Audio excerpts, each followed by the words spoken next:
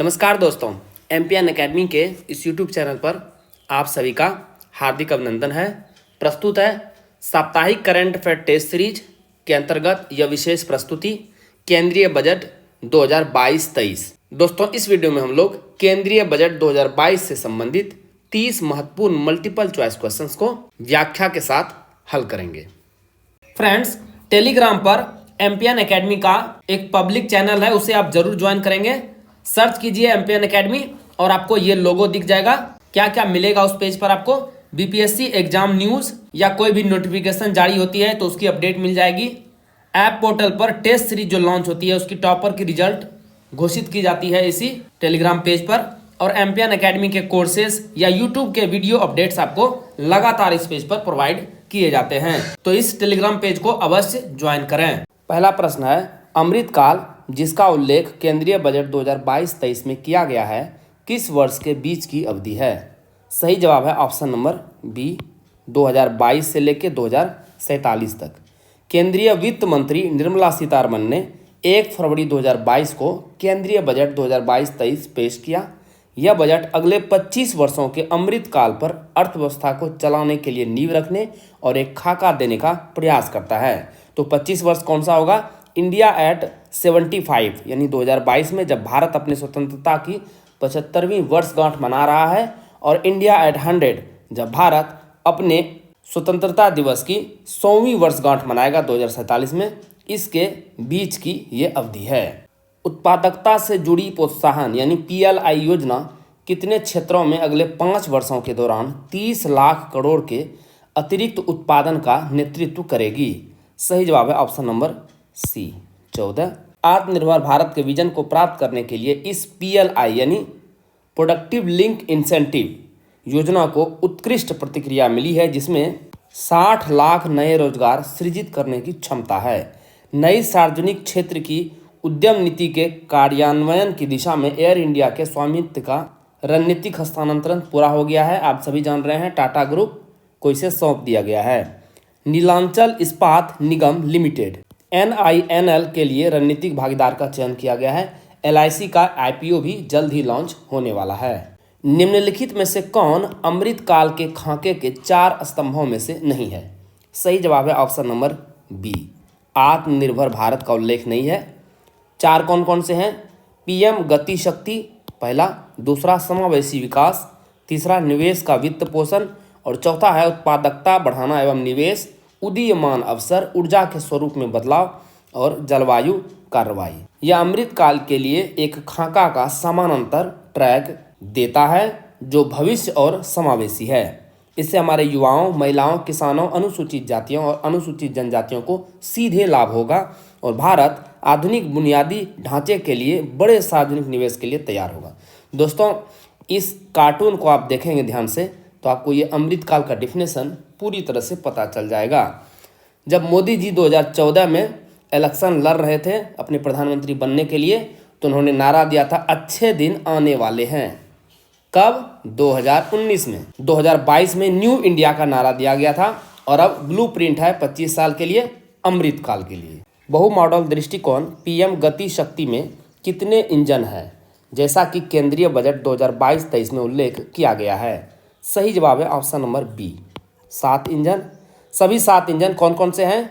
सड़क, रेलवे, हवाई अड्डे, बंदरगाह, जन परिवहन, जलमार्ग और रसद अवसंरचना एक साथ अर्थव्यवस्था को आगे बढ़ाएंगे। ये engine energy transmission, IT communication, bulk water and sewerage और सोशल इंफ्रास्ट्रक्चर की पूरक भूमिकाओं द्वारा समर्थित है। नेशनल इंफ्रास्ट्रक्चर पाइपलाइन आपने नाम सुना ही होगा, में इन 7 इंजनों से संबंधित परियोजनाओं को PM गति शक्ति ढांचे के साथ जोड़ा जाएगा। वित्त वर्ष 2022-23 में राष्ट्रीय राजमार्ग नेटवर्क को कितने किलोमीटर तक विस्तारित किया जाएगा?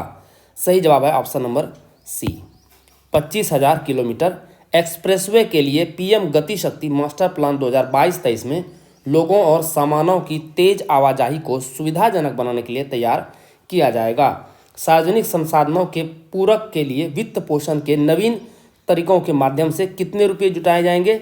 20,000 करोड़ रुपये जुटाए जाएंगे।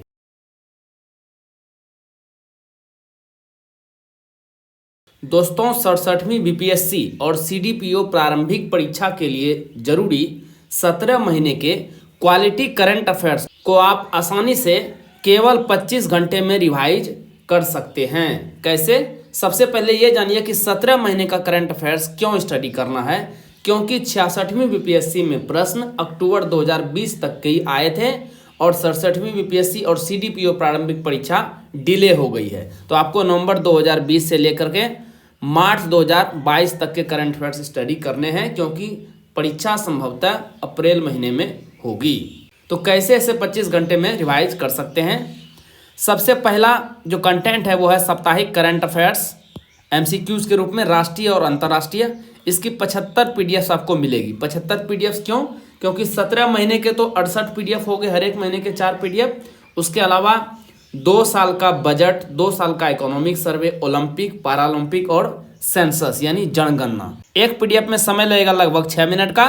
तो कुल मिलाकर के 7.5 घंटे में आप weekly current affairs test series का पूरा कंटेंट अच्छे से रिवाइज कर पाएंगे। उसके बाद मंथली करंट अफेयर्स यानी मासिक करंट अफेयर्स लघु नोट्स, ये आपको 17 महीने का 17 पीडीएफ मिलेगा, जिसमें से एक पीडीएफ को रिवाइज करने में आपको 30 मिनट का लगभग समय लगेगा। तो कुल 8.5 घंटे में इसे भी आप निपटा देंगे। उसके बाद आते हैं बिहार मंथली करंट अफेयर्स यानी बिहार मासिक करंट अफेयर्स। तो इसके आपको एमसीक्यूज भी मिलेंगे और साथ साथ में चलते चलते सेक्शन के रूप में लघु नोट्स यानी शॉर्ट नोट्स भी मिलेंगे। तो इसमें 22 पीडीएफ होगा, क्योंकि 17 महीने का 17 पीडीएफ। उसके बाद इकोनॉमिक सर्वे 2 साल का, 2 साल का बजट हो गया और सेंसस यानी जनगणना हो गया। तो एक पीडीएफ में लगभग 25 मिनट का समय लगेगा। तो लगभग 9 घंटे का समय इसमें आपको लगने वाला है। तो कुल मिलाकर के 25 घंटे में आप पूरे करंट अफेयर्स को अच्छे से रिवाइज कर पाएंगे एक बार। अब देखिए ये इतनी इंपॉर्टेंस क्यों है इसकी, क्योंकि 66वीं बीपीएससी में इसी weekly current affair test series से 19 क्वेश्चन आ चुके हैं एग्जाम में, और मंथली करंट अफेयर से 7 प्रश्न और बिहार मंथली करंट अफेयर से 10 प्रश्न। MPN academy current affairs PDF से 36 प्रश्न 66वीं बीपीएससी में टैली हुए हैं। इतना ही नहीं, 2021 में बीपीएससी का तो कोई एग्जाम हुआ नहीं, बिहार एसआई का एग्जाम जरूर हुआ था, उसमें भी 86% क्वेश्चन टैली हुआ है, यानी 31 प्रश्न आपको एग्जाम में आए हैं। तो इससे आपको क्वालिटी का भी कंटेंट पता चल रहा है, जिस पे आप रिलाय कर सकते हैं। दोस्तों आपको ये पीडीएफ्स नवंबर 2020 से मिलेगा कैसे? इसके लिए आपको गूगल प्ले स्टोर पर एमपीएन एकेडमी का एप्लीकेशन डाउनलोड करना है। इस प्रकार का लोगो है। दोस्तों जैसे ही आप ऐप डाउनलोड करेंगे तो नीचे देखेंगे आप ऐप में, तो इस प्रकार से 4 सेक्शन आपको मिलेंगे। आपको स्टोर सेक्शन पे क्लिक करना है। यहाँ पे क्लिक करेंगे तो आप उसमें कोर्स चुन लीजिएगा, 67 BPSC CDPO current affairs PDF course. बहुत ही रिजनेबल प्राइस पर उपलब्ध कराया गया है, जिसे हर स्टूडेंट्स अफोर्ड कर सकते हैं। पेमेंट का लिंक भी वहां दिया गया है, पे कीजिए और बिल्कुल इस सिस्टमेटिक ढंग से आपको सारे पीडीएफ मिल जाएंगे।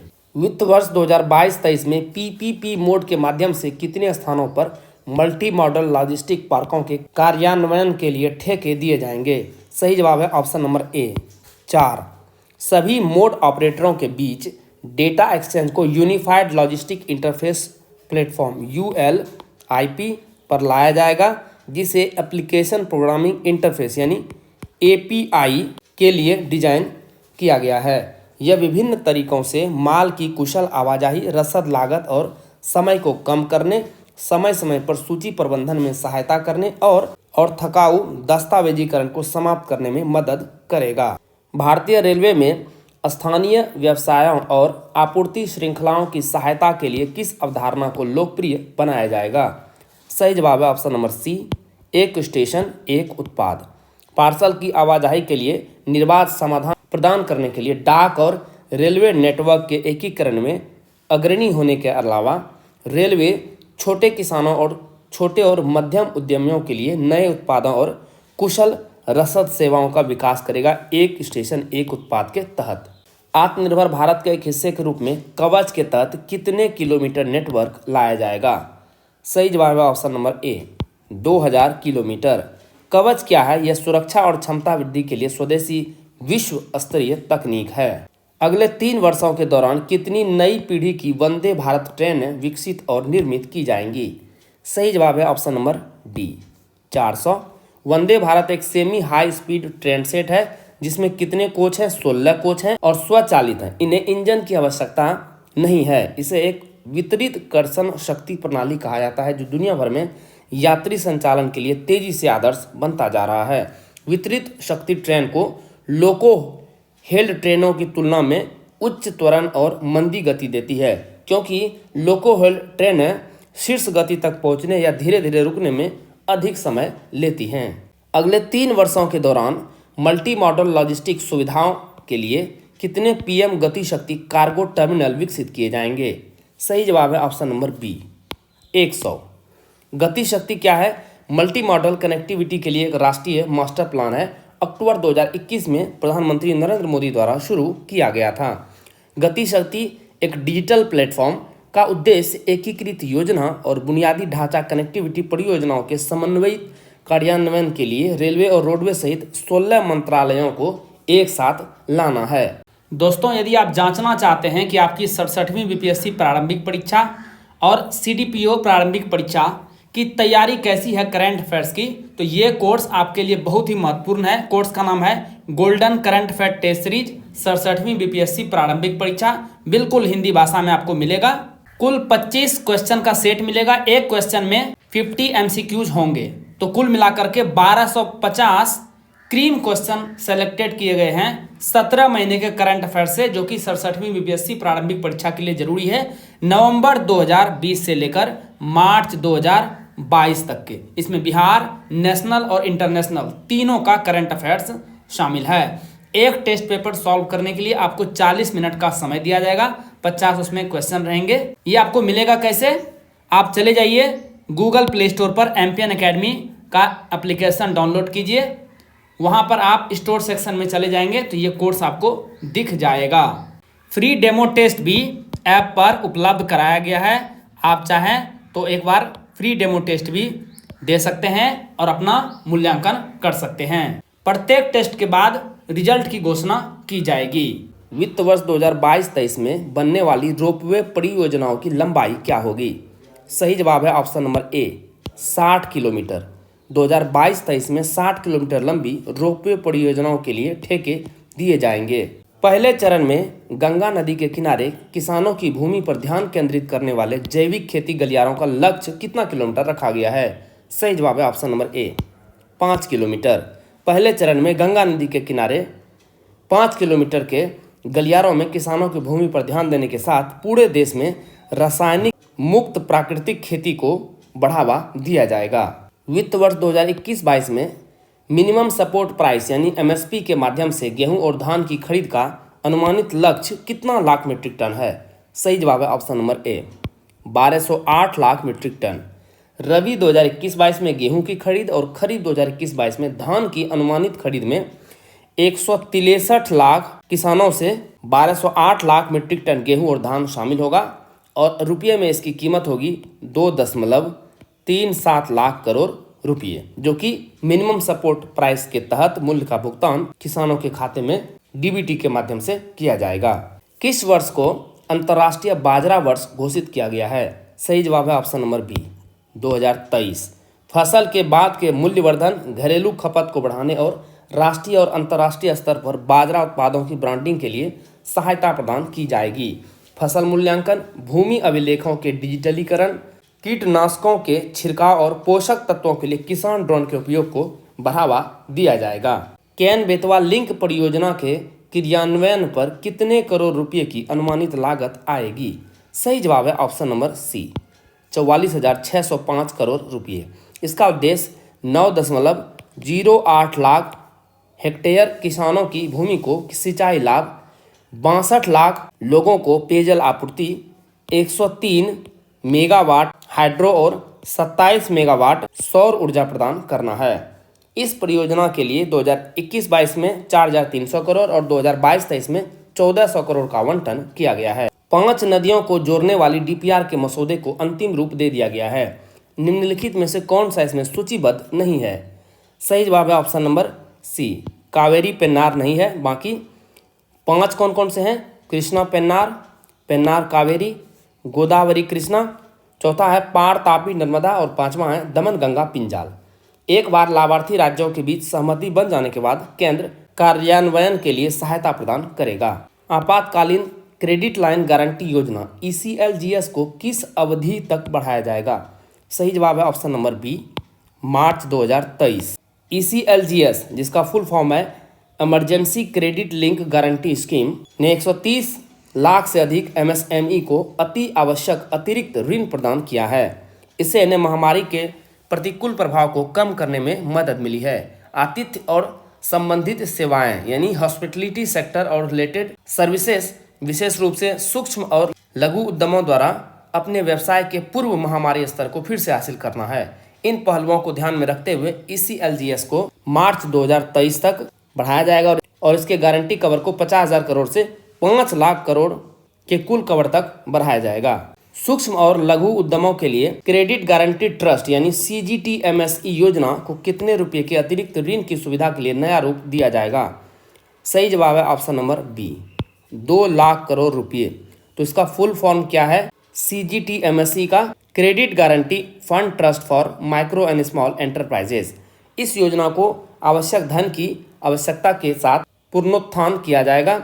इससे सूक्ष्म और लघु उद्यमों के लिए 2 लाख करोड़ रुपए के अतिरिक्त ऋण की सुविधा होगी और रोजगार के अवसरों का विस्तार होगा। अगले 5 वर्षों के लिए MSME क्षेत्र के लिए नए लॉन्च किए गए रैंप कार्यक्रम का परिव्यय क्या है? तो रैंप का फुल फॉर्म पहले जान लीजिए। रैंप का फुल फॉर्म है raising and accelerating MSE performance. सही जवाब है ऑप्शन नंबर बी, 6,000 करोड़ रुपये। 5 वर्षों में 6,000 करोड़ रुपये के परिव्यय के साथ रैंप कार्यक्रम शुरू किया जाएगा। इससे MSME क्षेत्र को अधिक लचीला, प्रतिस्पर्धी और कुशल बनाने में मदद मिलेगी। कौशल विकास के क्षेत्र में देश स्टैक ई पोर्टल का पूर्ण रूप क्या है? तो देश का फुल फॉर्म बताना है। सही जवाब है option number C, digital ecosystem for skilling and livelihood. इसका उद्देश्य नागरिकों को ऑनलाइन प्रशिक्षण के माध्यम से कौशल, पुनः कौशल या अप स्किल के लिए सशक्त बनाना है। यह प्रासंगिक नौकरियों और उद्यमशीलता के अवसरों को खोजने के लिए API आधारित विश्वसनीय कौशल प्रमाण पत्र, भुगतान और खोज पड़तें भी प्रदान करेगा। विभिन्न अनुप्रयोगों के माध्यम से और DRaaS फुल फॉर्म है ड्रोन एज ए सर्विस के लिए ड्रोन शक्ति की सुविधा के लिए स्टार्टअप्स को बढ़ावा दिया जाएगा। PM ई-विद्या के 1 क्लास 1 टीवी चैनल के कार्यक्रम को 12 से बढ़ाकर कितने टीवी चैनलों तक किया जाएगा? सही जवाब है option number D, 200 TV channel. इससे सभी राज्य कक्षा 1 से 12 के लिए क्षेत्रीय भाषाओं में पूरक शिक्षा प्रदान कर सकेंगे। व्यावसायिक पाठ्यक्रमों में महत्वपूर्ण सोच कौशल को बढ़ावा देने के लिए, रचनात्मकता के लिए जगह देने के लिए विज्ञान और गणित में 750 आभासी प्रयोगशालाएं यानी वर्चुअल लैब्स और सिमुलेटेड लर्निंग के माहौल के लिए 75 प्रयोगशालाएं 2022-23 में स्थापित की जाएंगी। उत्कृष्टता के कितने टेली मानसिक स्वास्थ्य केंद्रों के नेटवर्क के साथ राष्ट्रीय टेली मानसिक स्वास्थ्य कार्यक्रम शुरू किया जाएगा? सही जवाब है ऑप्शन नंबर बी, 23। राष्ट्रीय मानसिक स्वास्थ्य और तंत्रिका विज्ञान संस्थान यानी निमहैंस नोडल केंद्र होगा और अंतर्राष्ट्रीय सूचना प्रौद्योगिकी संस्थान बेंगलोर IIIT प्रौद्योगिक सहायता प्रदान करेगा। वित्त वर्ष 2022-23 में हर घर नल से जल के लिए बजट परिव्यय क्या है? सही जवाब है ऑप्शन नंबर सी, 60,000 करोड़ रुपये। हर घर नल से जल का वर्तमान कवरेज 8.7 करोड़ है। इसमें से 5.5 करोड़ घरों को पिछले 2 वर्षों में ही नल का पानी उपलब्ध कराया गया है। 2022-23 में 3.8 करोड़ परिवारों को कवर करने के उद्देश्य से 60,000 करोड़ रुपये का आवंटन किया गया है। 2022-23 में PM आवास योजना के चिन्हित पात्र लाभार्थियों के लिए कितने मकानों का निर्माण कार्य पूरा कर लिया जाएगा? सही जवाब है ऑप्शन नंबर सी, 80 लाख घर। यह ग्रामीण और शहरी दोनों क्षेत्रों के लिए है। इसके लिए 48,000 करोड़ रुपये आवंटित किए गए हैं। 2023 तक 280 गीगावाट स्थापित सौर क्षमता के महत्वाकांक्षी लक्ष्य के लिए घरेलू विनिर्माण की सुविधा के लिए पॉलीसिलिकॉन से और PV मॉड्यूल तक पूरी तरह से एकीकृत विनिर्माण इकाइयों को प्राथमिकता के साथ उच्च दक्षता मॉड्यूल के निर्माण के लिए PLI के लिए 19,500 करोड़ रुपये का अतिरिक्त आवंटन किया गया है। 2022-23 में घरेलू उद्योग के लिए सशस्त्र बलों के पूंजीगत खरीद बजट का कितना प्रतिशत निर्धारित किया जाएगा? सही जवाब है ऑप्शन नंबर बी, 68%। 2021-22 में यह 58% था, जिसमें 10% की वृद्धि की गई है। रक्षा अनुसंधान और विकास के लिए 25%। रक्षा अनुसंधान एवं विकास बजट के साथ उद्योग, स्टार्टअप और शिक्षा जगत के लिए खोला जाएगा। निजी उद्योग को एसपीवी मॉडल के माध्यम से डीआरडीओ और अन्य संगठनों के सहयोग से सैन्य प्लेटफार्मों और उपकरणों के डिजाइन और विकास के लिए प्रोत्साहित किया जाएगा। वित्त वर्ष 2021-22 की तुलना में वित्त वर्ष 2022-23 के लिए पूंजीगत व्यय के परिव्यय में कितने प्रतिशत की वृद्धि हुई है? सही जवाब है ऑप्शन नंबर डी, 35.4%। केंद्रीय बजट में पूंजीगत व्यय के परिव्यय को 35.4% बढ़ाकर चालू वित्त वर्ष में जो ये 5.54 लाख करोड़ रुपये था, उसे बढ़ाकर 2022-23 में 7.5 लाख करोड़ रुपये किया जा रहा है। यह 2019-20 के खर्च के 2.2 गुना से भी अधिक हो जाएगा। 2022-23 में यह परिव्यय जीडीपी का कितना प्रतिशत होगा? 2.9%। राज्यों को सहायता अनुदान के माध्यम से पूंजीगत संपत्ति के निर्माण के लिए किए गए प्रावधान के साथ इस निवेश के साथ केंद्र सरकार का प्रभावी पूंजीगत व्यय 2022-23 में 10.68 लाख करोड़ रुपए होने का अनुमान है, जो सकल घरेलू उत्पाद का 4.1% होगा। 2022-23 में अनुमानित कुल व्यय क्या है? Total expenditure. सही जवाब है option number C, 39.45 lakh crore रुपये। उधार के अलावा कुल प्राप्तियां 22.84 लाख करोड़ रुपए होने का अनुमान है। बजट अनुमान 2021-22 में अनुमानित 34.83 लाख करोड़ रुपए, यहाँ देखिए फिगर, के कुल व्यय के मुकाबले संशोधित अनुमान कितना कर दिया गया है? 37.70 लाख करोड़ रुपए। 2021-22 में पूंजीगत व्यय का संशोधित अनुमान 6.03 लाख करोड़ रुपए है। तो कैपिटल एक्सपेंडिचर को भी बढ़ाया गया है संशोधित अनुमान में। इसमें एयर इंडिया की बकाया गारंटीकृत देनदारियों और इसकी अन्य विविध प्रतिबद्धताओं के निपटान के लिए 51,971 करोड़ रुपए की राशि भी शामिल है। वित्त वर्ष 2022-23 के लिए अनुमानित राजकोषीय घाटा यानी फिस्कल डेफिसिट क्या है? सही जवाब है ऑप्शन नंबर सी, 6.4%। यहाँ पर देखेंगे आप, यह वित्त मंत्री द्वारा पिछले साल घोषित वित्तीय समेकन के व्यापक मार्ग के अनुरूप है, जो 2025-26 तक 4.5% से नीचे के राजकोषीय घाटे के स्तर तक पहुंचने के लिए है। चालू वित्त वर्ष 2021-22 में संशोधित राजकोषीय घाटा बजट अनुमान में अनुमानित 6.8% के मुकाबले बढ़ करके यह 6.9% अनुमानित है जीडीपी का। सहकारी समितियों पर सरचार्ज वर्तमान 12% से बढ़ाकर कितना कर दिया गया है? सही जवाब है ऑप्शन नंबर डी, 7%, यानी घटा दिया गया है, 12% से 7% किया गया है। यह उन लोगों के लिए है जिनकी कुल आय 1 करोड़ से अधिक और 10 करोड़ से कम है। वर्तमान में सहकारी समितियों को 18.5% की दर से वैकल्पिक न्यूनतम कर यानी अल्टरनेटिव मिनिमम टैक्स AMT का भुगतान करना आवश्यक है। इससे सहकारी समितियों और इसके सदस्यों की आय बढ़ाने में मदद मिलेगी, जो ज़्यादातर ग्रामीण और कृषक समुदायों से हैं। दोस्तों, एमपीएन एकेडमी के इस यूट्यूब चैनल पर प्रसारित होने वाले सारे करंट अफेयर्स को संपूर्ण व्याख्या के साथ आप एमपीएन एकेडमी के ऐप पर इसे प्राप्त कर सकते हैं। इसकी सूचना आपको दी गई है। दोस्तों, इन PDF के सारे आप इस वीडियो लेक्चर को आसानी से 5 से 6 मिनट में रिवाइज कर पाएंगे, जिससे आपका बहुत सारा समय बचेगा, जिसे आप स्टैटिक पोर्शन पर लगा सकते हैं। This is very very important. दोस्तों, ऐप का लिंक डिस्क्रिप्शन बॉक्स और पिन कमेंट सेक्शन में भी दे दिया जाएगा। चलिए अंतिम प्रश्न को हल करते हैं। किसी भी आभासी यानी वर्चुअल डिजिटल संपत्ति के हस्तांतरण से होने वाली किसी भी आय पर किस दर से कर लगाया जाएगा? सही जवाब है ऑप्शन नंबर बी, 30%। बिटकॉइन जैसी आभासी डिजिटल परिसंपत्तियों में लेन देन में अभूतपूर्व वृद्धि हुई है। अधिग्रहण की लागत को छोड़कर ऐसी आय की गणना करते समय किसी भी व्यय या भत्ते के संबंध में कोई कटौती की अनुमति नहीं दी जाएगी। इसके अलावा वर्चुअल डिजिटल एसेट के हस्तांतरण से होने वाली हानि को किसी अन्य आय के विरुद्ध समायोजित नहीं किया जा सकेगा।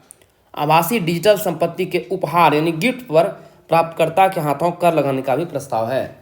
तो बड़ी दुविधा बताई गई है। एक तरफ तो डिजिटल करेंसी को इलीगल किया गया है, यानी ये लीगल नहीं है इंडिया में, और दूसरी तरफ इस पर टैक्स भी लगाया जा रहा है। दोस्तों, इसी के साथ साप्ताहिक करंट अफेयर्स टेस्ट श्रृंखला के तहत इस विशेष प्रस्तुति को समाप्त करने की आपसे इजाजत चाहूंगा। वीडियो देखने के लिए बहुत बहुत धन्यवाद। All the best for your exam preparations.